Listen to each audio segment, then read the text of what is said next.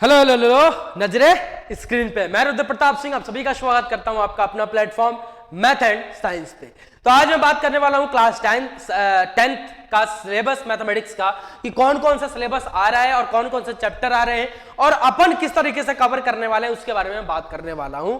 आपको इस लेक्चर में देखने को मिलेगा, इस सेशन में देखने को मिलेगा माय डियर। तो आइए फटाफट से एक बार निगाहें फेरते हैं और देखते हैं कि अपन किस तरीके से इस चीजों को कंप्लीट करने वाले हैं।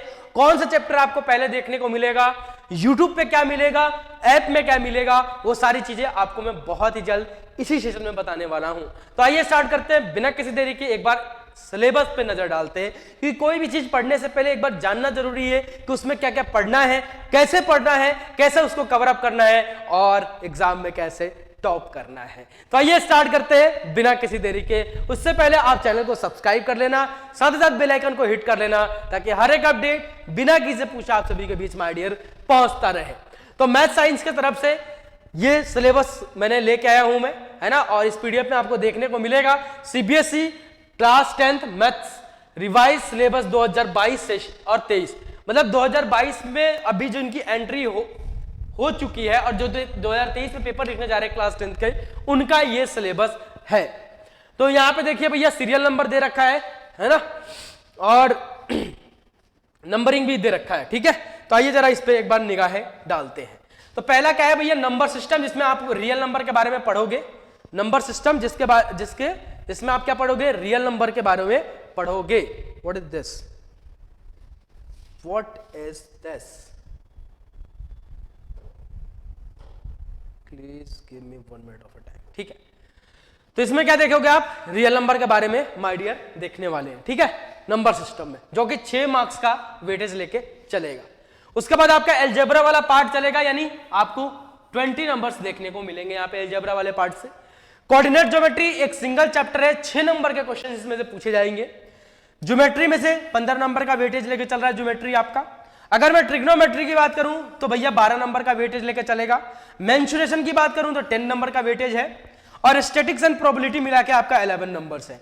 और आपको मैं बता दूं कि ये जो आपका पेपर होने वाला है, जैसे कि आपने पहले देखा होगा, पहले टर्म 1 और टर्म 2 में होता था, यानी यहाँ पे सिलेबस डिवाइड हो जाता था कि भैया इतने यूनिट टर्म 1 में, इतने यूनिट टर्म 2 में, लेकिन यहाँ पे सारे चैप्टर एक साथ आपसे पूछे जाएंगे, ठीक है। तो बहुत ही अच्छा कंसेप्ट होना चाहिए, क्योंकि इसमें आपको 20 क्वेश्चन माय डियर, 20 क्वेश्चंस जो रहने वाले हैं वो कैसे रहने वाले हैं, एमसीक्यू टाइप में रहने वाले हैं, यानी मल्टीपल चॉइस क्वेश्चंस रहने वाले हैं। इसका मतलब क्या है कि जब तक आपका माय डियर कॉन्सेप्ट अगर जबरदस्त नहीं होगा तब तक आपसे एमसीक्यू के क्वेश्चन सॉल्व नहीं होंगे, और सॉल्व कर भी लोगे तो ऑप्शंस दिए रहेंगे माय डियर, तो वहां पे आपको एक ही ऑप्शन देखना है। अगर सही हुआ तो 1 नंबर मिलेगा, गलत हुआ तो 1 नंबर चला जाएगा। इसके लिए सही करने के लिए आपको कॉन्सेप्ट बहुत जबरदस्त होना चाहिए, जबरदस्त बोला, ठीक है। तो कॉन्सेप्ट पे ध्यान देना है अगर आपको 20 मार्क्स सिक्योर करना है तो। और सिक्योर कौन करवाएगा, आपका अपने प्यारे से रुद्र सर, ठीक है। तो कॉन्सेप्ट बहुत ही जबरदस्त लेवल से मैं देखने वाला हूं, कॉन्सेप्ट बहुत ही जबरदस्त, एकदम डीपली एनालिसिस कराऊंगा 20 मार्क्स के लिए, ठीक है। उसके साथ साथ आपको क्या देखना पड़ेगा, अगर आप शॉर्ट टाइप भी क्वेश्चन सॉल्व करते हो तो उसके लिए भी अच्छा कॉन्सेप्ट होना चाहिए, क्योंकि वो भी 2 नंबर्स केयरिंग होंगी, तो मिनिमम 4 to 5th लाइन में उसका आंसर निकलने वाला है। तो उस क्वेश्चन में भी अगर गलत करते हैं तो वहां पे गलती होने के चांसेस, आपके नंबर कटने के चांसेस माय डियर है, ठीक है। एमसीक्यू में आपको फायदा कम, नुकसान बल्कि ज्यादा होता है। क्यों? क्योंकि भैया पहले का पेपर कैसा होता था, सब्जेक्टिव पेपर होता था। तो उसमें मान लो कि 5 नंबर का क्वेश्चन है, अगर आपने सॉल्व कर रहे हो, आपका तरीका सही है, आंसर चाहे गलत आ जाए तो आपको, मतलब एग्जामिनर चलो बोलता है बच्चा मेहनत किया यार, चलो दया करते हैं, उनको 4 नंबर या 3 नंबर आपको दे देता था। लेकिन ये तो एमसीक्यू है, इसमें तो 3 ऑप्शन, 4 ऑप्शन रहेंगे। अगर आपने मान लो ऑप्शन बी सही हुआ, ऑप्शन सी पे टिक कर दिया, तो उसमें कोई गुंजाइश नहीं, आपका आंसर गया, मतलब गया बोला, समझ रहे। तो उसका मतलब आपको कॉन्सेप्ट पे ध्यान देना है my dear. Subjective paper copy भरो आंदोलन कम कर दिया है इस बार, ठीक है। तो पहले मैं अलजेब्रा वाले पार्ट से कवरिंग देखूंगा, फिर आपको कोऑर्डिनेट मेरा देखने को मिलेगा, फिर आपको ट्रिग्नोमेट्री मेरा देखने को मिलेगा, फिर आपको मेरा ज्योमेट्री देखने को मिलेगा, फिर मेंसुरेशन वाला पार्ट मेरा देखने को मिलेगा, फिर static and probability, and last में आपका नंबर सिस्टम देखने को मिलने वाला है मेरे तरफ से, ठीक है। तो मेरा पढ़ाने का तरीका कुछ अलग है माय डियर, पढ़ाने का तरीका कुछ अलग है बोला, ठीक है, जब तो मैं अलग हूं चलो सर, अपनी बड़ाई अपने से बहुत करनी पड़ती है कभी कभी। चलो देखो यहाँ पे यूनिट नंबर सिस्टम में आपको ये पार्ट कवर करके जाना है, ठीक है। नेक्स्ट अलजेब्रा में चलो, पॉलिनोमियल में तो आपको इतने पार्ट्स कवर करके जाना है। यानी यहाँ पे डिवीजन एल्गोरिथम मेथड आपसे हटा दिया गया है, लेकिन डिवीजन एल्गोरिथम मेथड पे एक दो क्वेश्चंस आपको देखने पड़ेंगे, क्योंकि अगर आपको क्यूबी के क्वेश्चन सॉल्व करने हैं तो डिवीजन एल्गोरिथम मेथड आना चाहिए बोला, समझ गए ना। फिर आपको आ गया pair of a linear equation in two variable की बात करेंगे, उसमें आपको क्रॉस मल्टीप्लिकेशन मेथड हटा दिया गया है ना। 2 मेथड पे काम करे, 3 मेथड पे काम चलेगा, graphical method, elimination method and substitution method, ठीक है। तो तीनों मेथड को इतना सिंपल वे से आपको बताऊंगा कि इलिमिनेशन मतलब समझते हो ना, मतलब समझोगे आप लेक्चर में। फिर बात करते हैं कोऑर्डिनेट ज्योमेट्री को। कोऑर्डिनेट ज्योमेट्री को एकदम रियल लाइफ से, अभी मैं चल रहा हूं, अभी मेरा हैंड मूवमेंट हो रहा है, ये हो गया, ये से हो गया मैं, तो ये सारे किस पर डिपेंडेंट है? कोऑर्डिनेट ज्योमेट्री पर डिपेंडेंट। तो कैसे है वो अपन कोऑर्डिनेट ज्योमेट्री में, मतलब बोला ना 1-to-1 कनेक्शन बनेगा, एकदम रियल लाइफ से आप पढ़ोगे कोऑर्डिनेट ज्योमेट्री को।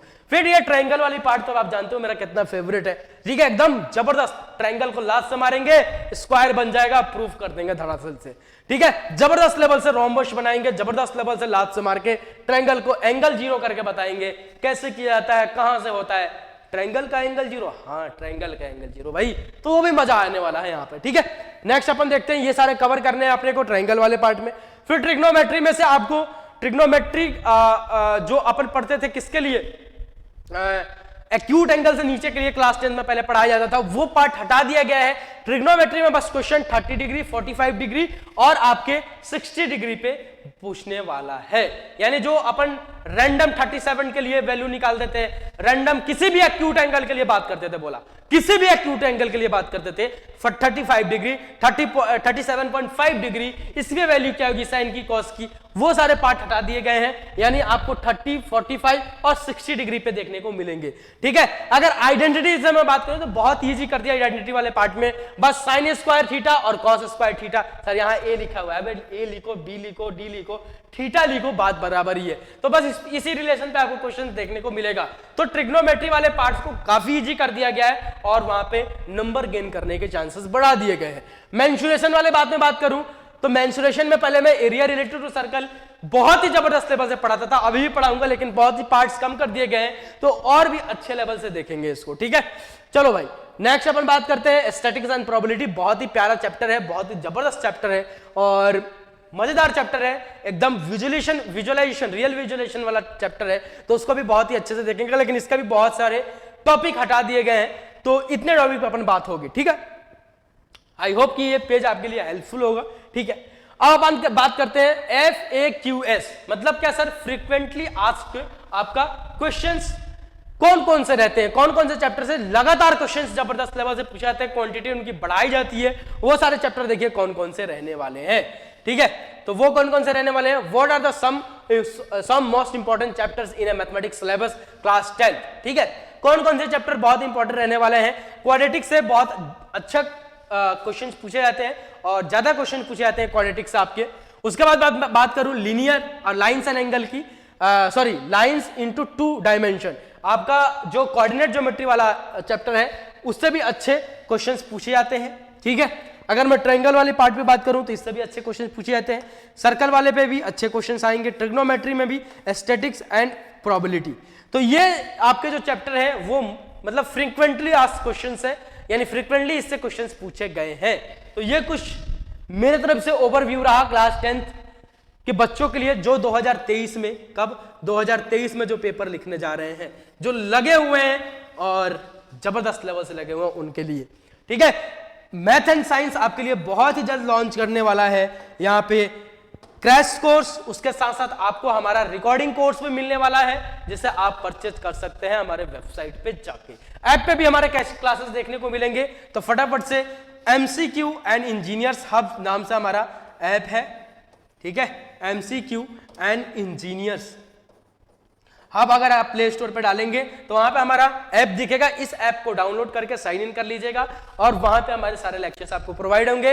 यूट्यूब के बच्चों के लिए मैं बहुत ही जल्द अनाउंस करने वाला हूं एक क्रैश कोर्स टाइप का, और वो क्रैश कोर्स कुछ अलग ही लेवल का रहेगा, ठीक है। बाकियों की तरह नहीं रहेगा, कुछ अलग बोला, समझते हो ना, कुछ अलग बोला, ठीक है ना। तो अलग मतलब अलग, मतलब मजा आएगा उसमें। और उसके लिए मैं यूट्यूब फैमिली के लिए वो अनाउंसमेंट करूंगा, बहुत जल्द करूंगा। तो मिलता हूं बहुत जल्द जबरदस्त लेक्चर के साथ। अभी के लिए इतना ही। Bye bye, take care and Jai Hind. Love you all, take care.